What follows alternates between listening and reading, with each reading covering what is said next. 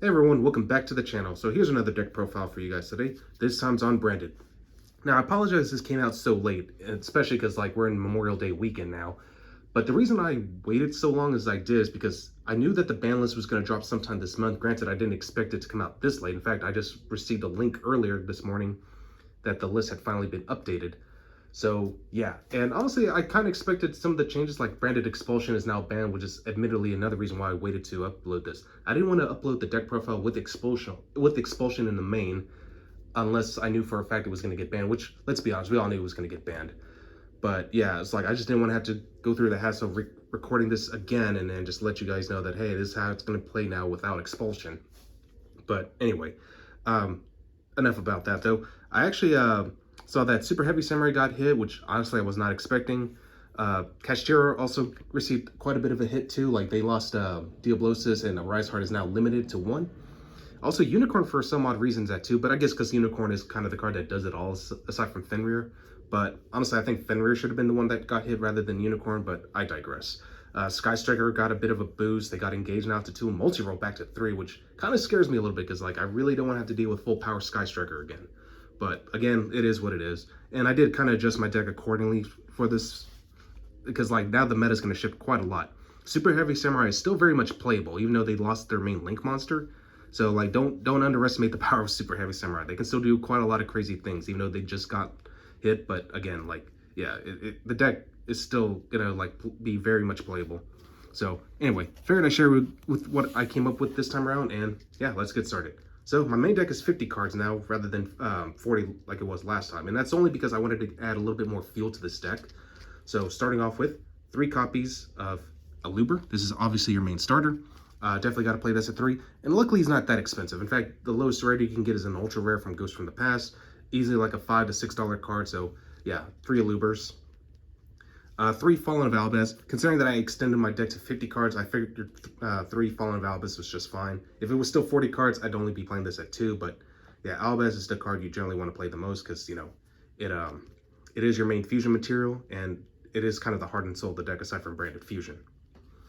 Next, 2 copies of McCourier. Definitely a great card to have for additional value, especially if you play Gold Sark in the main. You banish this card, you search out Fallen of Albaz or anything that lists Fallen of Albaz in its text. Yeah, McCourier, great card, and it's also a hand trap in its own right.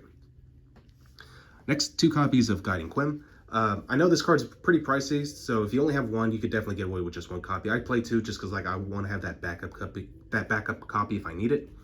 But she basically guarantees you an additional fusion summon, especially because you can bring it out for fusion deployment.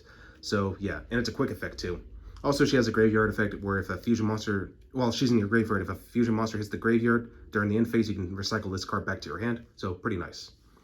Next up, 1 copy of Guiding Quem. I love this card to pieces. This card does a lot for this deck, and I'm so happy that it finally got printed. So this card is always treated as a Dogmatica or Despia card, so you can bring it off of Branded Opening or even Nadir Servant. But here's what this card reads. If this card is normal or special summon, you can send a Fallen of Albaz or 1 card that mentions it in its text from your deck to the graveyard. If a card leaves the extra deck, you can target 1 Fallen of Albaz or 1 monster that mentions it, special summon that card. So this is pretty nice because like, let's say you use Mirror Jade's effect, send a monster to banish a card from your opponent's side of the field, and they still have something that you can use for Fallen of Albaz. You can perform another fusion summon just like that. So Fallen of Albaz is just like even stronger now thanks to Quem, because like you can now do more disruption pieces basically. And if not Fallen of Albaz, you can always bring back Blaze and Cartesia too, because it also has Fallen of Albaz listed in the text. So like either way, you're going to get something out of during your opponent's turn. For the 1-0's 1 Tragedy, I've actually been thinking about running this at 2 and cut the Ad Libitum, but Ad Libitum still comes up from time to time, so I don't know. I'm kind of debating on this one, but let me know in the comments what you guys think. 1 Spriggan's Kit, I like the fact that she's searchable and recycles back your branded spells and traps, especially if they're banished. 1 Albion, you know, it's Upstart Goblin. Can't say much more about that.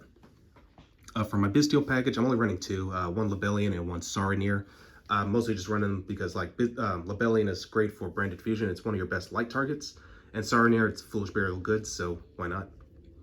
Now, here's my tech package here. I actually decided to run some Dogmatica cards. I'm running 1 Ecclesia and 1 Fleur de Lis.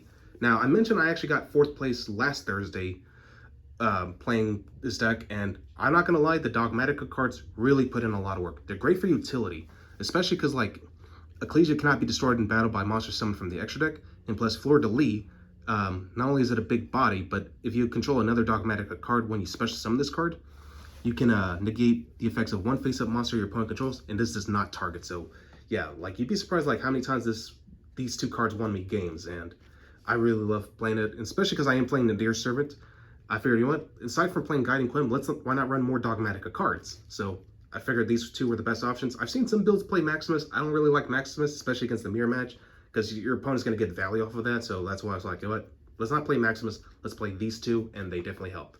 And they're also light monsters too, so if you need additional light targets, these guys are going to be the ones you want to play. All right, moving on to the hand traps now. For my hand trap lineup, still playing 3 copies of Droll and Lockbird, only because Droll and Lockbird is still going to be very popular in this format, even after the ban list, because like I said, Super Heavy Summer still very much playable, and this card hurts them. Dark World it hurts Dark World a lot, funny enough, which actually I forgot to mention earlier. I'm not going to be doing that Dark World combo video anymore, just simply because it just wasn't coming together, and right now I kind of need to reformulate my Dark Worlds to kind of deal with Droll and Lockbird, but enough about that. I'll explain more about that more in detail some other time. But anyway, moving on. I'm running 1 Ash Blossom, 1 Effect Veiler, and 1 Impermanence, since these are like the main 3 hand traps that kind of hurt my deck the most. Yeah, Droll and Lockbird kind of hurts, but not too much because I can still play around it. But these 3 for sure as my crossout targets. And even if you hard open either one of these, you're still fine because like they're great for disruption. So, because like Effect Veiler and Imperm are kind of the same card. The only difference that Veiler only works during your opponent's turn and during their main phase. So yeah, but overall, like they're still like great cards. And again, if you just like, these are going to be the main 3 you're going to be most worried about in terms of playing yourself. So yeah, you definitely want to be able to, you know, prevent them from happening, you know. Moving on to spells. 3 copies of Branded Fusion, obviously the best card in the entire deck. 3 openings, E-Telly for your Despia monsters. And again, you can bring out Quim off of this effect too. 3 Fusion Deployment. Great way to get Cartesia or Fallen of Albaz, especially like if your opponent's like sitting on just 1 monster that doesn't do much of anything, you could just bring out Fallen of Albaz, Fusion Summon, and you're off to the races. 3 Nadir Servant. As I mentioned before, like because I'm running Dogmatica cards, I definitely want to play this at 3. Because like I do have pretty good targets for Nadir Servant also, like just to send off from the extra deck, I mean. So Nadir Servant, an excellent tech card. Try it out if you're interested. 2 Super Poly. I figured with the changes of the ban list, like Expulsion now being banned, like yeah, you'll probably still run Gimmick Puppet Nightmare as like maybe as a side card, but because of that, now I can play Super Poly in the main deck now, and honestly, I think Branded's going to see quite a lot of popularity in this format, regardless of Expulsion being banned. 2 Triple T.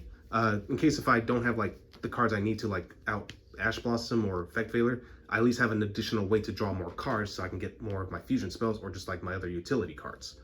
Speaking of which, 2 Crossout Designator and 1 Called By. I was gonna run 3 Crossout, but I found there were times like I kind of break with it, and that's why I decided to put in Triple T, because like it kind of balances it out.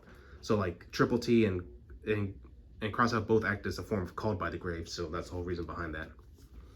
1 Branded Lost. I really hope this becomes a super in the next OTS pack. 1 Branded in white and red. Definitely a great one-ofs. Gold Sark, because, you know, McCoy gives you a lot of value, so why not? And Tragedy is another great target for it, which is actually another reason why I wanted to maybe run 2 of those, because if it's banished, you can get a Luber and you always have, like, your starter no matter what. 1 Foolish Burial, which also, you know, you send off a Tragedy with this and still go wild, basically. And finally, 1 copy of Branded Retribution, just because I like the idea of recycling my spells and traps. All right, for the extra deck, made quite a bit of changes. As y'all already know, I'm not playing Dragoon in this build, and mainly because I just don't need it anymore. But starting off with 2 copies of Mirror Jade. Obviously, want to run this at 2. 2 Albion. I know some people, there might be an argument like saying like you might not need to run doubles of any of these anymore, but I still like to have like the backup copies, even though Cashier got hit quite a lot. Again, like I still want to be prepared just to make sure they don't hit like the right cards, so that's why. 1 Libellion. 1 Sanctifier. Sanctifier is pretty good because it's basically Expulsion on legs. It just requires a few more resources to go into it, but one thing I do like about it is that it can't be targeted and it cannot be used as fusion material, so your opponent can't super poly this card away, basically. I am running Titaniclad now. it's making a return solely because of Nadir Servant. So yeah, this is the card I generally send off of Nadir Servant the most, because like I search out Quim off of Servant, and then during end phase I get my Ecclesia, and then Ecclesia searches me out Fleur de Lis. So they're all excellent cards to play. So that's why I decided to go the whole package on this one. Still playing one Rinbrum. Been thinking about running 2 of these actually, but again, it depends on like how much the meta's going to shift in this next format and so forth. Playing one Grand Guignol. Great card to tag out into Despian Coritis or Lulu Walilith, but I do like it the fact that it sends any level 6 or higher light or dark fusion monster from your deck or your extra deck to the graveyard. So a great way to get like Garura to get an additional draw, or if you just need to send like an Albion to the grave, you're set to go for that. Speaking of which, one Coritis, and I'm only going to go and just get this one out of the way. One Despian Lulu Walilith. This card is crazy. Once per turn, if a card leaves the extra deck during damage, you can make all monsters you control gain 500 attack points permanently. Then you can negate the effects of one face-up card on the field, and keep in mind this one face-up card until the end of this turn. During the end phase, if this card is in your graveyard because it was sent there this turn, you can special summon one light spellcaster monster from your hand or your deck whose attack equals to its own defense. So this basically brings out Cartesia and Quim. So like you can do one or the other, and you can still like do a lot of crazy things with it. Decided to bring back Masquerade because like we are kind of like in a very combo heavy format. Yeah, there's still some trap decks like Labyrinth and Trap Tricks, but against like other strategies like Super Heavy Samurai, other branded decks, like Masquerade can just devastate them because they have to pay so many life points to even play. And yeah, it's just nuts. One Guardian Chimera, just because like you can still make this off of branded in red. One Garura. Not only is it a good super poly target, but I always like having that additional draw whenever I needed to. And one Predaplan Dregus Depelia is another powerful super poly target. And that pretty much rounds up our extra deck. Now moving on to the side deck. The side deck, I really had to think a little bit on this one, but not too much, thankfully. Still playing 2 copies of Radiant. Radiant's just good as a generic kaiju. And plus, like, even though Kashtero did get a significant hit, like if they do sit on like Shangira or a Rice Heart Pass, you can just like tribute this card and the deck just crumbles like crazy. But that's not all. I like the fact that like if you have like a problematic monster on the field, like let's say a Baron de Fleur, just tribute that off and you can just summon out your own kaiju and you're good to go. Against the mirror match, I decided to play more Bestials, like 2 Magnamut, 1 Druisworm, and as an additional tech, throw in Branded Beast, because like again, against the mirror match, if I need to bring in more bestial names, I can definitely just bring in all 4 of these cards and I'm set to go and just basically add more disruption to the playing field. For one-ofs, I think 5 Rainbow Magician is still a great card to run. Actually, shoutouts to my friend Aura Storm. He mentioned that, you know, like, even though Super Heavy Samurai did get a hit, again, surprisingly, this card is still pretty good, especially because, like, you can send this off of Branded Fusion and take advantage of its graveyard effect. So if either player sets a spell or trap on the field while this card is in your graveyard, you can place this card in your Pendulum Zone. So, like, you can go into a Albion effect to perform a fusion summon, get rid of Albion later to set a branded spell or trap because by its own effect, and then because of that, you get additional value with 5 Rainbow Magician because it's just going to place itself back into the Pendulum Zone. So I figured why not, right? Gimmick Puppet Nightmare and Jinzo as good cards for Sanctifier Dragon targets. And yeah, I mean, Jinzo's just crazy. Funny enough, Jinzo won me a match last week because my opponent was playing a trap heavy deck and he just couldn't play around Jinzo. Playing 3 copies of Dark Ruler No More. I feel like it's still a powerful card this format, and yeah, something to consider. 2 Cosmic Cyclone, and finally 1 D-Barrier. It's just another cross-out target if I need to go that route, and yeah, nothing much more to say about that. Well, hopefully you guys enjoyed this. Sorry this video was a little longer than usual, but yeah, just because, you know, more cards to showcase, you know. But anyway, let me know in the comments what you guys thought, and I'll catch you guys again next time.